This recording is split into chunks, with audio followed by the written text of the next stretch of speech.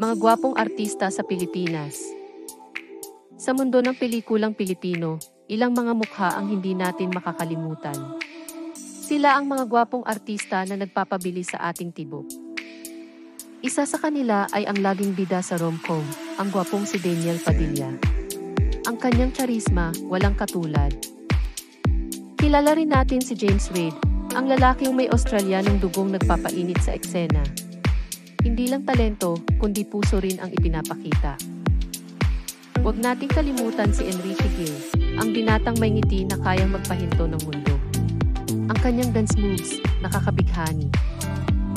Mayroon din si Alden Richards, na mula sa kanyang humble beginnings, ay naging isa sa mga pinakasikat na mukha sa industriya. Si Paolo Avellino, na hindi lang sa kanyang looks, pero pati na rin sa kanyang acting prowess, ay patuloy na nagpapamangha. At sino ba ang makakalimot kay Piolo Pascual? Ang kanyang timeless appeal at talento ay patuloy na nagbibigay inspirasyon sa marami.